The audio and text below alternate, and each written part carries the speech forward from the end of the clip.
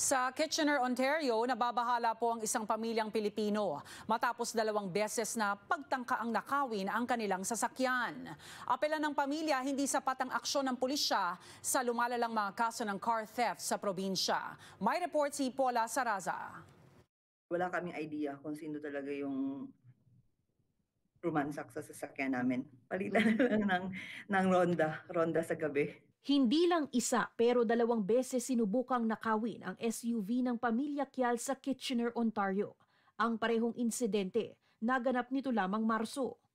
Meron kaming security features na yung app na pag every time may nag-attempt, mag-email sa akin, yung tutunog, wala kaming narinig, wala kaming na-receive or whatever. So, feeling talaga namin may jammers sila. Basag na mga bintana ng kanilang Dodge Durango ang muling inabutan ng pamilya sa parking lot ng tinitirahang apartment complex. 3 linggo lang matapos ang unang insidente ng attempted car theft. Sa mga litratong ibinahagi sa Omni News at sa kanilang Facebook account, mapapansin umano ang pilit na pagsira ng mga magnanakaw sa security system ng sasakyan para maitakbo ito. Under sa steering wheel, meron yung OBD reader. Talagang pinull out na nila and talagang gusto na talaga nilang nakawin.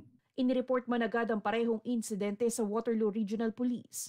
Maliban sa automated text message na ito, wala nang nakuhang tugon ang pamilya. Tumawag ulit ako sa sa Waterloo Police.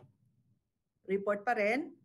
But then we've never seen them coming into the place. Nababahala ang mga kababayan sa lumalalang kaso ng car theft sa Ontario. Kamakailan lamang nang subukan ding nakawan ng kaibigan ng pamilyang taga-Kitchener din. Sa pinakahuling datos ng pulisya sa rehiyon, noong 2023, sa Cambridge na itala ang pinakamaraming kaso ng pagnanakaw ng sasakyan. Pumapangalawa naman ang Kitchener. Sana even if it's like local or federal, they do something out of this one because hindi naman kami mga talagang nagbabayad lang kami ng tax and all, but then it happened to us. Hindi nangyari sa amin sa Pilipinas, but then it happened to us here.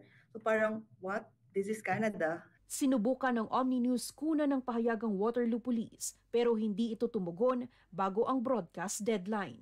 Paula Saraza, Omni News, Toronto.